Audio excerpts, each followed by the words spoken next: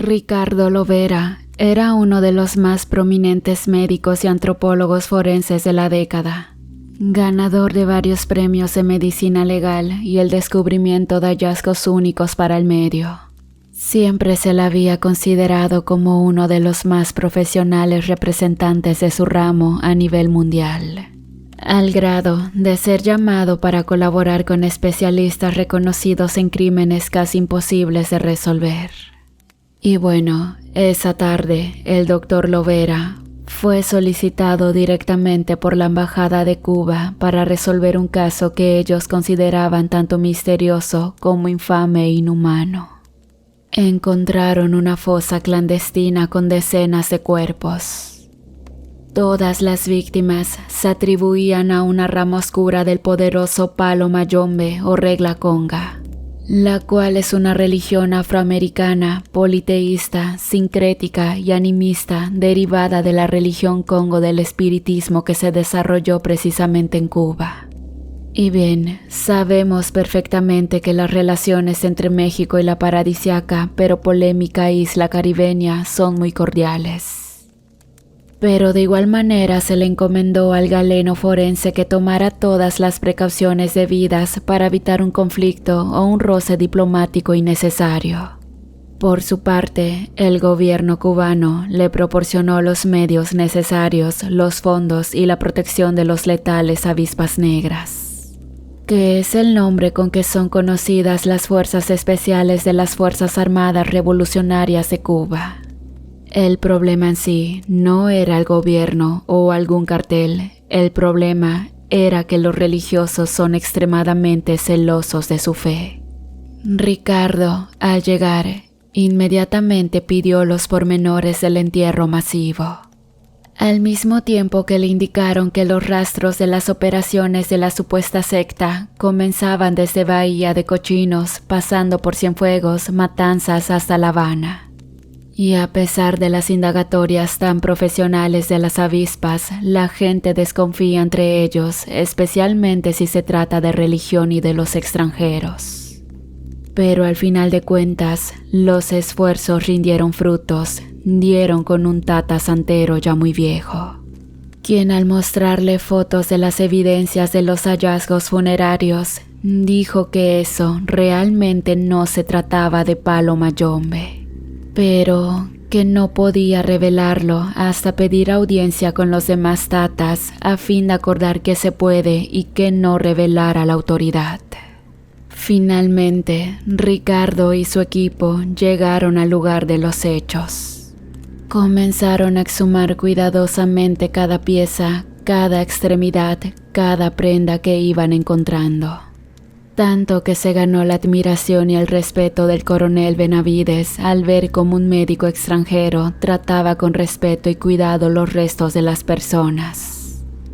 Repentinamente la calma fue cortada de golpe por los gritos de los excavadores. Habían encontrado algo anormal en la excavación.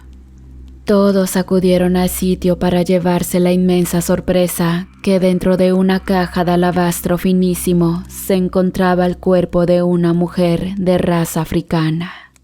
Tenía rasgos tan finos y bellos y su cuerpo en un estado tan perfecto e incorrupto que todos se arrodillaron ante su presencia. Esta lucía radiante y esplendorosa como una santa, como una virgen, como una diosa. El corazón de Ricardo Lovera se aceleró intempestivamente, lo que el forense pensó que se trataba de la sorpresa de semejante descubrimiento. En la caja solamente se extendía el nombre de la chica, quien en vida se llamaba Jan. Tal como si se tratase de las alas de una delicada mariposa, la belleza portaba un finísimo vestido casi transparente que permitía apreciar y deleitarse con la perfección de su cuerpo. Y bueno, presuntamente el entierro llevaba casi 3 meses sin haberse podido concretar. Sin embargo, pareciera que la muchacha hubiese fenecido apenas hace un momento. Sus labios carnosos seguían humectados, su piel tersa, suave, tibia como recién bañada. Su cabellera ensortijada emanaba un dulce aroma frutal y su piel un delicado perfume a jazmín. El doctor Lovera y varios de los asistentes no pudieron evitar el llamado de la naturaleza al contemplar semejante gracia y belleza en una mujer. Entonces, Ricardo ordenó llevar todos los cuerpos al anfiteatro para valorar los hallazgos. Se omitiría todo conocimiento acerca del cuerpo de Ayaan hasta que tuvieran más pistas del origen de su vida y su fallecimiento. No entendía el motivo por el cual se hubiese privado de la vida a una mujer tan hermosa y tan joven. Además de que revelar el hallazgo solamente escandalizaría a las masas y no era recomendable hacer olas en un país amigo. Ricardo analizaba las muestras de un cuerpo cuando la suave brisa le trajo el delicado aroma a jazmines que de la habitación contigua provenía. Se asomó por el pasillo, pero no había nadie. De hecho, era de noche, ninguna de las doctoras estaba presente y no había auxiliares ni residentes. Estaba tan absorto en el extraño caso que nunca imaginó que experiencias extrañas fueran a presentarse en el recinto. Lo cierto es que desde el momento en que exhumaron el cuerpo de la mujer, algo maligno y muy pesado comenzó a rondar en los lugares. Se escuchaban molestos ruidos que hacían saltar a más de uno, no solo dentro de las instalaciones, sino en las calles cercanas. Además del frenético aullido y ladrar de los perros que presentían la cercanía de algo enorme y malvado. El coronel Benavides, aparte de ser la escolta personal de Ricardo, se había vuelto un gran amigo para él y el doctor sentía lo mismo. Así que platicaban muy seguido acerca de los grandes avances que iban saliendo conforme la investigación avanzaba.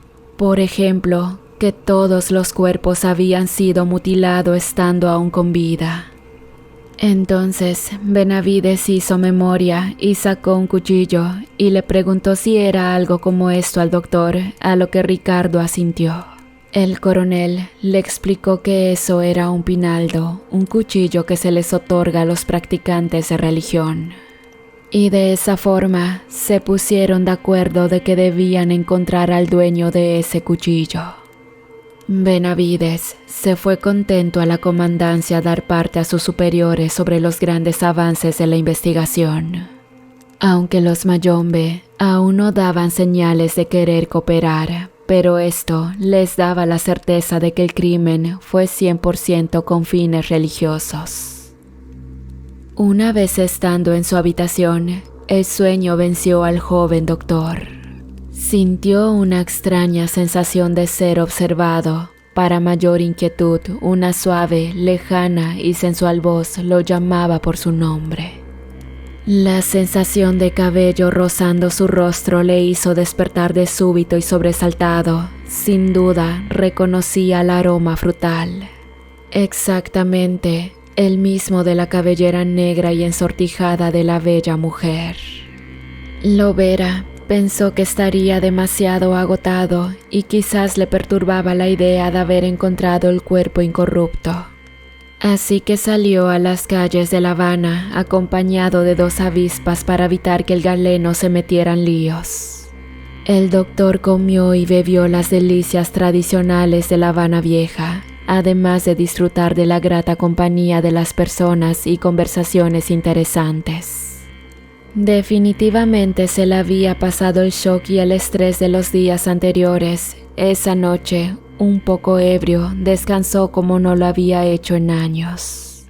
Pero al día siguiente le esperaba, no solo a él, sino a las autoridades, una sorpresa que los dejó estupefactos. No repararon en el cuerpo de la mujer hasta esa mañana. Al abrir la gaveta, el cuerpo seguía intacto. A decir de los médicos y del propio Ricardo, este lucía incluso más fresco y radiante. Sin embargo, Ricardo lucía más demacrado y pálido. Esa misma noche, al separar las muestras con sus respectivas extremidades y preparar las carpetas, Ricardo despertó súbitamente debido a una lejana pero muy agradable sensación que extrañaba hacía años. Y eso era un apasionado beso. Se había enfrascado tanto en sus estudios para destacar y llegar hasta donde está, que se había olvidado por completo de la vida social y ni hablar de su vida amorosa. Fue en preparatoria su último beso, lo recordaba perfectamente. Pero este beso era diferente, fragante, cálido, sabía a licor, a fruta, a jazmín, una mezcla exótica y atrapante. El chico simplemente se dejó llevar por la sensación sin oponer resistencia, imaginando que solo se trataba de un recuerdo retraído y las ansias que se despertaron debido al hallazgo de la bellísima mulata le hicieron decir te amo en un suspiro, mientras 2 pinchazos profundos punzaban su garganta sin producirle dolor. Pues una apasionada succión le hacía rendirse a la exquisita sensación que desde hace 15 años no sentía. Literalmente se sentía como un adolescente probando el fruto prohibido ante el miedo de ser descubierto por sus padres. Es un sueño, decía Ricardo, pero no quería arruinarlo. Simplemente se sometió a sus sentidos más primitivos y permitió que el sueño, como él lo llamaba, profanara junto con aquel recinto de conocimiento legal. Como un conejo a merced de un lobo, Ricardo simplemente levantó la mirada para encontrarse con la sortijada cabellera negra tan brillante y fragante que lo sumergía en un mar de lívido y deseo. Está de más decir que se rindió totalmente ante esos hermosos pero a la vez feroces ojos color ámbar. La firmeza del abrazo de la mujer de sus sueños le sorprendía, a pesar de que sabía que la talla de Dayan era pequeña a comparación de él. Ricardo se miraba diminuto y frágil ante la portentosa fuerza de la chica. De repente, el timbre del teléfono hizo saltar a Ricardo. Sentía una extraña sensación en el cuello, como si estuviera torcido o algo así, además de un momentáneo mareo y vértigo. Estaba débil, necesitaba, mejor dicho, le urgía comer algo. Sus escoltas lo llevaron a un mercadillo donde vendían bocadillos regionales y fritangas. Quedaron sorprendidos ante el voraz atracón que se dio el galeno, quien pareciera no hubiera comido en días. Entre divertidos y sorprendidos, regresaron a la fiscalía con Ricardo, aún llevando viandas para comer más tarde. Esa noche de arduo trabajo, al igual que muchas otras, Ricardo fijaba su vista en las muestras y las evidencias, desmenuzando detalladamente cada objeto con su ficha respectiva. Era impresionante la dedicación que ponía a su labor, con justa razón su fama lo precedía a nivel mundial. Pero esa noche había algo sumamente inquietante que no le permitía concentrarse al 100. Poco a poco, ese delicado y familiar aroma a frutas y jazmín de nuevo inundaron el recinto con su fragancia. A pesar de nunca haberlo comentado con nadie, ni siquiera con el coronel Benavides que se había vuelto su confidente, esa mezcla de aromas lo enloquecían, lo perturbaban. La erótica mezcla le indicaban un solo lugar de donde podría proceder. Eso le asustaba, pero al mismo tiempo se sentía atraído hacia la gaveta donde yacía el cuerpo inerte de la mujer. Sabía perfectamente que era un sueño, por lo menos su subconsciente se lo decía. Se dejaba envolver por la dulce voz que le llamaba una y otra vez, con una familiaridad y una sensualidad inquietantes. De igual manera, con el descaro de quien se toma libertades y atribuciones que no le corresponden con el consorte de alguien más. Pero era realmente irresistible, imposible de rehusarse al llamado. Al grado que dejó de lado todo cuanto estaba haciendo, poniéndose de pie y caminando lentamente hacia el cuarto frío. El corazón mismo de la morgue estaba a punto de ser profanado por primera vez. La voz guiaba al joven para que acudiera al llamado que le hipnotizaba, que nublaba sus sentidos y su razón. El que siempre se guió por la lógica, por la ciencia, estaba cayendo en un abismo desconocido. Es que algo muy superior a sus fuerzas se estaba apoderando de él. Las luces del complejo se apagaron, mientras suspiros y sonidos guturales por lo bajo llenaban la atmósfera de una inquietante y atemorizante sensación de miedo. Ricardo se miró a sí mismo, entregarse a los placeres de la carne con la diosa africana, dejándose llevar por la lujuria sin reparar el lugar en el que se encontraba o ser descubierto en el acto. La mujer era una erudita en las artes amatorias, mientras que el joven era un poco torpe y descuidado. Pero la pasión igualó las cosas hasta que ambos se fundieron al éxtasis del más profano y blasfemo deseo. Cuando hubieron alcanzado la cima del nirvana, Ricardo despertó de súbito, sentía un punzante dolor en el cuello. Se preguntaba si había sido un sueño, una enfermiza fantasía o quizás una vivida alucinación. Debía despejarse, así que al ir a lavarse el rostro, notó un enorme moretón en el lado derecho de su cuello. Ese era el origen de su dolor, pero no era algo reciente. Pareciera que durante días esta lesión hubiera sido abierta una y otra vez. Lógicamente eso le preocupó, pero su mente estaba muy confusa, no entendía dónde se hizo la lesión. No sé, posiblemente algún insecto le picó y desarrolló una especie de alergia. Así que al día siguiente, acudió con la mayor discreción con uno de los médicos del instituto donde estaba prestando sus servicios. El médico le pidió un par de días para entregar los resultados y le aconsejó lavar perfectamente la herida y mantenerla vendada.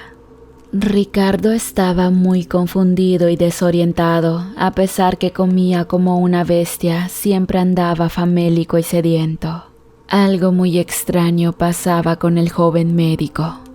A partir de esa noche, el embriagante perfume inundaba la sala donde Ricardo ejercía su profesión. Y el suave llamado le incitaba a reunirse nuevamente con su amor prohibido y antinatural. Todas las noches por espacio de 2 meses amó a la mujer hasta que caía cansado en sueños. O al menos eso era lo que él pensaba, que simple y sencillamente se trataba de sueños y al no hacer caso a nadie no le daba la menor importancia. A dichas del coronel Benavides y muchos de sus colegas, tal pareciera que el trabajo estuviera consumiendo literalmente a Ricardo. Pero se trataba de otra cosa. Un día, Ricardo cayó desmayado al piso, totalmente agotado, famélico, pálido y pareciera que había perdido demasiado peso. Era algo realmente inexplicable, pero en reiteradas ocasiones se escuchó al doctor Lovera inconscientemente nombrar el nombre de la mujer. Nadie sospecharía absolutamente nada extraño o inusual del caso.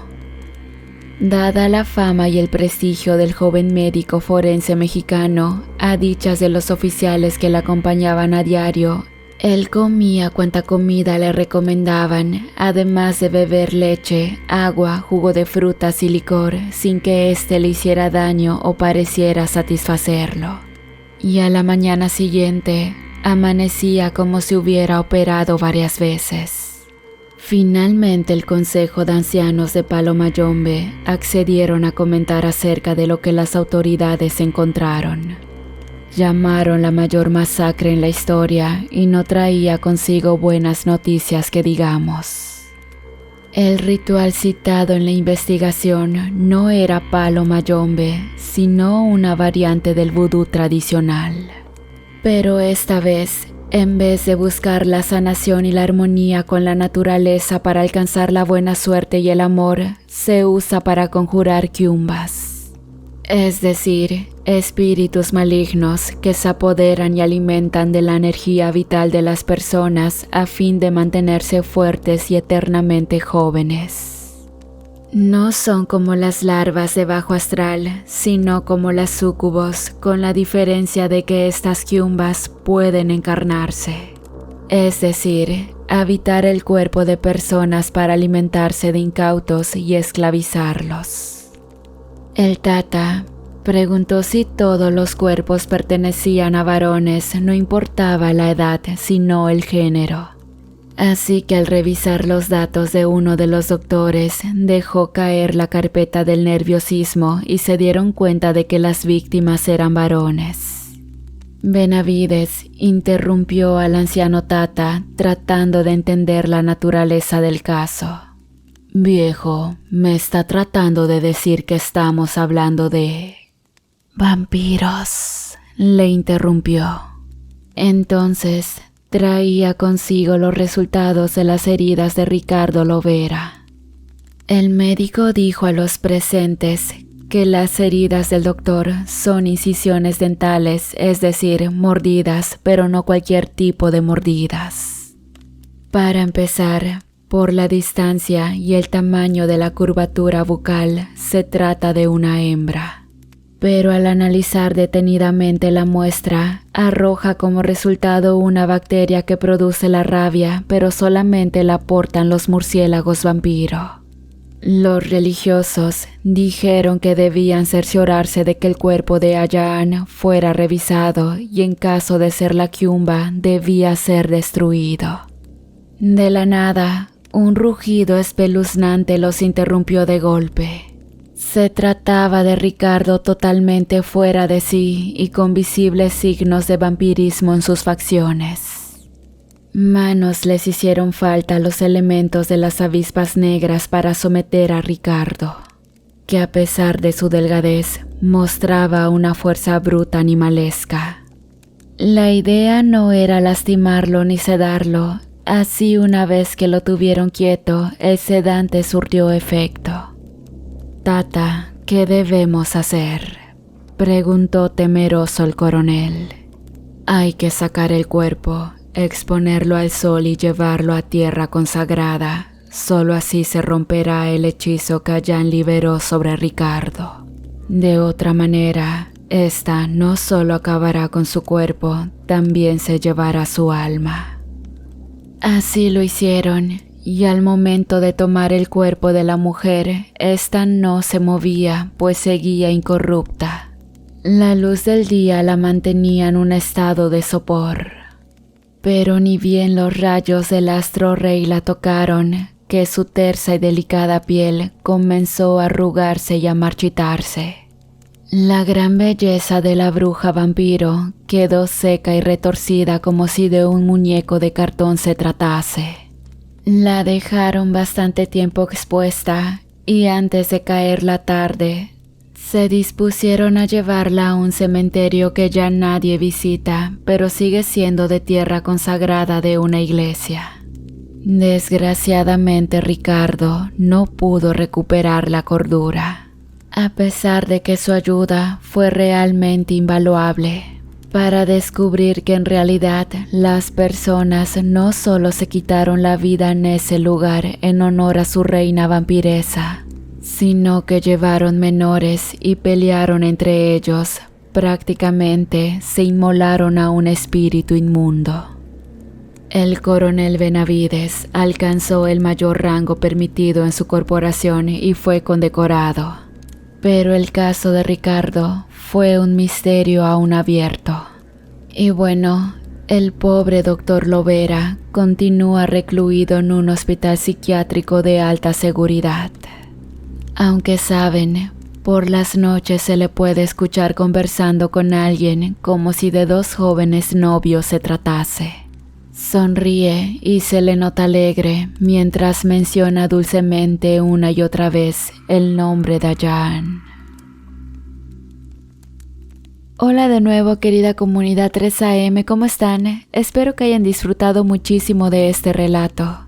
Y aprovechando el espacio de saludos, por esta ocasión le quiero mandar una enorme felicitación A Luis Eduardo Juárez Juárez 4493, quien cumple años. Te mando una enorme felicitación y un abrazo. Espero que te la estés pasando muy bien. Te agradezco muchísimo todo el apoyo y de nuevo, felicidades.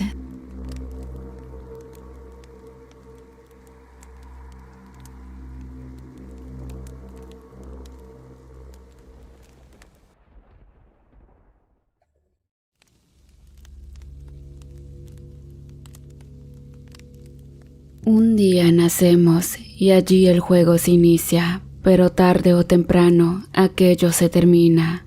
Creo que está de más mencionar que nuestro destino siempre será la muerte. Hay muchos misterios que rodean la vida. Tal vez el pensar que pronto un día todo acabará termine siendo un poco trágico, pero es lógico porque cada mañana despertamos y más cerca de ella estamos. En frío suena aterrador. Pienso que todas esas inquietudes que años me he cuestionado inclinaron la balanza para dedicarme a esto que hoy soy. Hace 10 años que trabajo en la morgue principal. Sé que mi profesión no es la más agraciada del mundo, pero al menos la paga es buena. Aunque a pesar de ello, es lo que menos me interesa. Siempre sentí curiosidad por la muerte y pensé que lo más cercano a ella era trabajar en su ámbito, los fallecidos. Aquí en la morgue vemos cosas desagradables. No siempre un cadáver llega en una sola pieza. Por esa razón, uno debe ser fuerte de mente para estar aquí. Hay días más difíciles que otros. Recibir el cuerpo de un infante o el de una mujer embarazada es tocar fondo. No se lo deseo a nadie, pero esta historia que les voy a contar, les aseguro que es lo más extraño que escucharán. Hacía frío cuando llegué a mi departamento después de una agotadora noche. Era tarde y mi novia ya se había dormido. Después de tomarme una ducha, me recosté a su lado, pero no podía conciliar el sueño. Estaba algo nervioso y muy perturbado. El motivo bien lo sabía. Mientras terminaba mi último turno de la semana, recibí la visita del director de la morgue, quien llegó acompañado con un joven pasante. Jorge, este chico te acompañará en lo que resta de tu jornada. Quiero que tú, mi mejor empleado, le transmita todo su talento y sabiduría. Hoy será su mentor. En ese momento me sentí algo sorprendido. Si bien acostumbraba a capacitar estudiantes, jamás lo había hecho de noche y menos sin previo aviso. A pesar de la situación, acepté y luego de estrechar su mano, el jefe se retiró. Hola, ¿tu nombre es? Me llamo Darío Gómez, respondió el joven. El mío es Jorge Soria, un placer muchacho. ¿Primera vez en una morgue? Sí, no, bueno, en realidad sí. ¿Cómo sería eso? Hace un par de meses participé en una autopsia, pero no aquí, en Santa Fe, y la mayor parte del tiempo estuve detrás de un panel vidriado. Ah, sí, mira, qué bien. ¿Recuerda el caso de las modelos?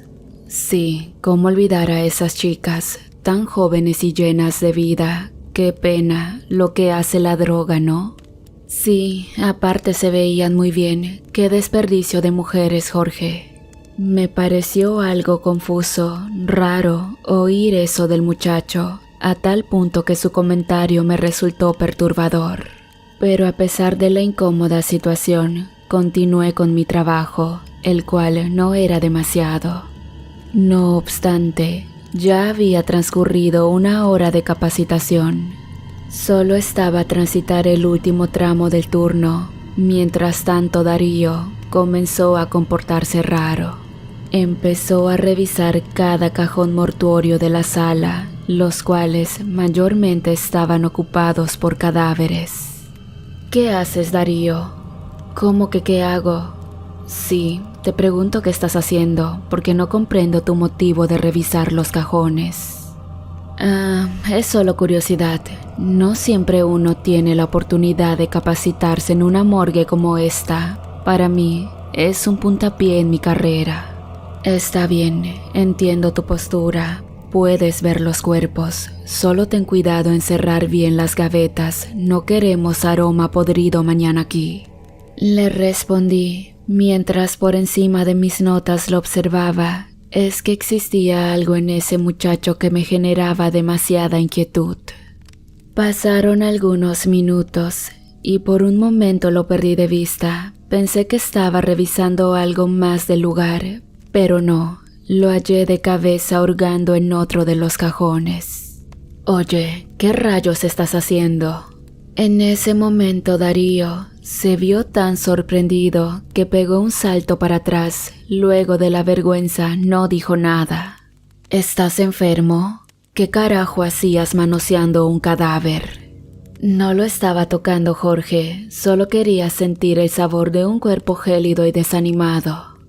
¿Qué demonios? ¿Le pasaste la lengua al muerto? ¿Sabes hace cuánto tiempo está fallecida esta persona? Hace semanas. ¿Con qué objeto haces estas aberraciones? La verdad, Darío, eres un asco. Igual, a pesar de estar congeladas, se veían consistentes. Me susurró al oído. Lo seguí con la vista, incrédulo, no entendía a qué se refería. ¿Qué dices? Sus pechos, Doc, sin ánimos de ofender, pero están más firmes que los de su secretaria. Al oírlo, sentí tanto asco que pensé en borrar su sonrisa de una trompada. Pero en ese preciso instante, la puerta de la morgue se abrió. Se trataba justamente de Florencia, la chica de recepción. Doctor Soria, surgió un problema. Acaban de llamar su relevante, el doctor Fleitas. No podrá cubrir su turno. Al parecer su padre fue internado de gravedad. Entiendo. Pero es necesario cubrirlo, Florencia. No hay cuerpos que examinar. Aquí va la otra parte del mensaje. Recibí un audio del director Artigas. Me dijo que se lo hiciera oír. Querido Jorge, necesito que me hagas un enorme favor. Cerca de las 12 de la noche, va a estar arribando a la sala el cuerpo de una muchacha. Es la sobrina de un viejo amigo mío. Su fallecimiento, en teoría, fue por causa de drogas. Solo necesito que le realicen la autopsia lo más rápido posible. Estoy en conocimiento que Fleitas no podrá trabajar, así que dejo en tus manos la tarea. Además, quiero que el pasante se quede a ayudarte. Es un buen proyecto a futuro. Después de escuchar el audio, sentí un enojo repulsivo, no por atender una urgencia, sino por tener que trabajar con el demente de Darío. Cerca de la hora acordada, el cuerpo de la difunta llegó. Por protocolo estaba cubierto completo por un plástico negro. En ese momento, créanme que odiaba que el cadáver fuera de una mujer. Al bajar el cierre del nylon, tuve una rara sensación. Es que esa muchacha no parecía muerta, sino dormida. Sentí mucha pena por ella. Tomé unas tijeras y comencé a cortar su camisa, luego sus pantalones y por último su ropa interior. En ese momento me percaté que mi pasante estaba a punto de cometer algo aberrante, así que lo detuve en seco.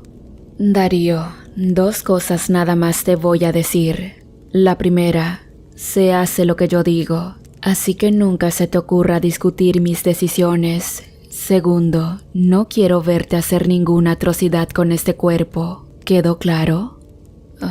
Sí, Doc, tranquilo. Luego de la conversación, inicié con la autopsia. Tengo que reconocer que al principio dudé mucho de mi ayudante, pero para mi sorpresa, se mantuvo al margen y lo poco que actuó lo hizo bien. Tal vez fue eso, que después de 2 horas de operación, un poco mi enojo hacia él se calmó. Admito que me has dejado sorprendido, Darío. Te soy sincero, no daba ni 2 pesos por tu labor, pero me tapaste la boca, te felicito. Eso sí, trata de no ver a los cadáveres con lascivia. Eso, de seguro va a arruinar tu carrera. ¿Usted está tan seguro? Ni bien lo escuché, giré mi cabeza hacia él. Vamos, doctor. ¿Acaso me va a negar que nunca se le ha pasado por la cabeza tener a una mujer como esta? Me decía el imbécil mientras mostraba su irónica sonrisa otra vez. ¡Qué demente eres! ¿Por qué? ¿Por ser sincero y no fingir? Oiga, Jorge, ¿a quién molesto? Hasta donde yo sé, jamás maté a nadie. Entonces, ¿por qué razón hay que inhibirse? ¿Sabe una cosa? Yo pensaba como usted, me parecía una locura todo esto de la necrofilia. Pero a la larga, es como el buen vino y termina siendo adictivo. Aparte, ¿quién se negaría a esta belleza? Terminó diciéndome mientras tocaba el cuerpo de la mujer. Aproveche, doctor, que aún está tibia. Luego de agregar ese perturbador comentario, tomó su chaqueta y se retiró. Después de eso, quedé pasmado. No comprendía realmente qué había pasado. Comencé a juntar mi material instrumental. Mientras de reojo miraba a esa pobre chica, me sentía tan mal. ¿Cuánto sufrimiento habrá padecido para tomar tan drástica decisión? Me acerqué a ella, observé su rostro. Realmente no parecía ser el de una drogadicta. En ese instante volví a sentir pena. Comencé a cerrar su bolsa, mientras mi mente imaginaba sus últimos momentos. Verla allí tan joven era demasiado para mí, y eso que he visto cosas peores. De pronto, al subir el cierre rocé su cuerpo con mis dedos. Diablos, el imbécil de Darío tenía razón, se mantenía tibia. En aquel instante no entendí qué me estaba pasando, así que terminé de cerrar la bolsa y rápidamente fui al baño. Mojé mi cara mientras por algunos segundos me observaba al espejo. ¿Por qué rayos no dejaba de pensar en esa mujer? Tomé mis cosas y salí a toda prisa del edificio. Al llegar a casa noté que mi novia estaba dormida. Es que había perdido la noción del tiempo y era bastante tarde ya. Luego de ducharme, me acosté a su lado, pero no podía dormir. En mi mente solo daba vueltas esa pobre chica, solo pensaba en ella. Giraba hacia un lado, luego para el otro. ¡Ay Dios! Qué desidia era poder conciliar el sueño aquella noche. Terminé levantándome desquiciado y malhumorado. La realidad es que estaba enojado. No sentía ganas de estar allí con mi novia. Mis pensamientos se dirigían solo a otra persona. Entonces bajé a la cochera, le di arranque a mi coche y comencé a conducir hacia la morgue. Realmente no sabía lo que hacía, pero comprendí que ese debía ser mi destino. Al llegar, noté que Florencia no estaba en la mesa de entrada. Me resultó extraño. Su turno terminaba a las 6 de la mañana y para ello faltaban 2 horas, pero como tenía mis propias llaves, pude ingresar igual. Entré a la morgue y con desespero me apresuré a su gaveta. Una vez que la encontré, la saqué del congelador sin perder tiempo. La miré de manera intensa mientras acariciaba su frente. No podía creer lo que mis manos estaban palpando. No solo su piel era suave, sino que se mantenía tibia, algo sumamente imposible, ya que la temperatura oscilaba entre los 2 y 5 grados bajo cero. La situación se tornaba cada vez más extraña. Me sentía raro. Estaba embobado observando el cadáver de una jovencita menor que yo. A su vez, tenía ganas de escuchar su voz, de entenderla, de oír su historia. Por esa razón y sin vacilar, como un tarado comencé a hablarle. Solamente hacía mis preguntas y mi propia mente las respondía. Pensarán que estoy loco, pero podía oír su dulce voz en mi cabeza. Me dijo que se llamaba Carolina y que su vida se convirtió en un infierno desde que empezó a consumir cocaína. También me contó que falleció el mismo día en que nació, o sea, en su propio cumpleaños. Reconozco que ese dato poco me impactó, pero lo más triste fue oírla decir que extrañaba vivir. Eso fue un golpe bajo y doloroso. De pronto, me percaté que faltaba poco para las 6 de la mañana. Debía irme, pero el apego y la química lograda era muy fuerte. A tal punto que ella me confesó que le gustaba y que jamás nadie la pudo comprender como yo. Me sentía acalorado, sentía que esta vez no había salida de emergencia, así que me dejé llevar y solo atiné en acercar mi boca a sus carnosos labios y finalmente la besé. Lo admito, fue inolvidable y hermoso. Luego me alejé de ella, a la vez que como un torrente brotaban mis lágrimas en mis ojos, corrí la gaveta, dejando otra vez encerrada a Carolina. Cuando salí, la lluvia se hacía presente en la ciudad, así que debía apurarme si quería evitar la tormenta. Todo el trayecto, percibía la voz de la difunta dando vueltas en mi cabeza y siempre repetía la misma frase: hazme el amor. Estacioné mi coche y corrí a la casa. Me sentía aturdido, es que ella no dejaba de hablarme. Entré al cuarto y me acosté de inmediato. Noté que mi novia seguía igual de dormida. Giré hacia la pared, pero de inmediato sentí sus manos recorrer mi cuerpo. ¡Qué olor tan nauseabundo! ¿Acaso estuviste coqueteando con otra mujer?, me dijo mientras comenzaba a lamer mi cuello. Reconozco que en ese momento me asusté. Vamos, Jorge, sé que estás cansado, pero ¿te vas a resistir a tu mujer? No le respondí nada, solo me lancé sobre ella y comenzamos a besarnos hasta entregarnos con pasión. Luego, mi novia se levantó de la cama y se dirigió hacia el tocador. Mientras tanto, yo encendía el televisor. Ya era de mañana, pero aún llovía y seguía muy oscuro. Habían transcurrido varios minutos, pero ella no salía. Melissa, ¿estás bien? Comencé a llamarle, pero no respondía. Amor, no me preocupes, contesta o abriré la puerta. Otra vez ella no responde. Intenté girar el picaporte, pero estaba bajo llave. Entonces, sin dudar, le di una patada a la puerta logrando abrirla. Pero para mi sorpresa, el baño estaba vacío. ¿Y Melissa? De repente, comencé a oír una voz suave. Se me hacía familiar. La misma voz provenía de la habitación. ¿Qué pasa, Jorge? ¿Quieres que sigamos? Me apresuré en encender la luz y al hacerlo, quedé aterrado. Sobre mi cama, recostada, se encontraba el cadáver de Carolina.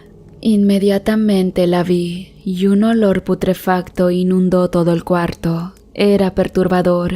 Ella ya no se veía tan hermosa como yo, todo lo contrario, su rostro era maquiavélico. Aterrorizado comencé a gritar, mientras Carolina intentaba atraparme. Corrí hacia el balcón, pensé en lanzarme, pero desistí. Regresé a la habitación y noté que el cadáver ya no estaba, pero su olor sí, y eso me inquietaba. Revisé por todos lados, hasta debajo de la cama, pero de ella nada. Cansado de tanta locura, me senté al borde del colchón. A los segundos, siento que un líquido tibio y viscoso cae sobre mi cabeza. Al levantar la vista, me encuentro cara a cara con la lengua podrida de Carolina, quien desde el cielo raso colgaba boca abajo hasta casi el piso. La situación fue un trastorno para mí, que enloquecido salí corriendo en dirección a un baúl. Allí guardaba un arma. Una vez que la tomé, cargué de munición el tambor y le disparé todas las balas a esa cosa, que para mi suerte cayó abatida. Envuelto en shock, me recosté sobre la pared y comencé a llorar. No podía entender todo esto que había vivido. De repente, el sonido de sirenas me devolvió a la realidad otra vez. Asustado, me asomo por la ventana y veo a decenas de patrullas aparcando en la cuadra. Pensé que mis disparos alertaron a los vecinos. No obstante, la puerta del frente es derribada y varios agentes a punta de pistola ingresan a mi casa. «Alto allí, al piso y las manos en la cabeza». La verdad no entendía nada, entonces me levanté sin soltar mi arma. Uno de los policías, al ver la situación, me disparó y me hirió. En ese momento sentí mucha opresión en mi pecho. El aire me faltaba. Era evidente que la bala había perforado mis pulmones. Terminé cayendo y realmente aquel lapso fue eterno, hasta que finalmente mi cabeza golpeó bruscamente contra el suelo. En ese instante pude darme cuenta de la locura que había cometido. A un costado mío, sobre el rincón de la habitación, yacía Melissa acribillada a tiros.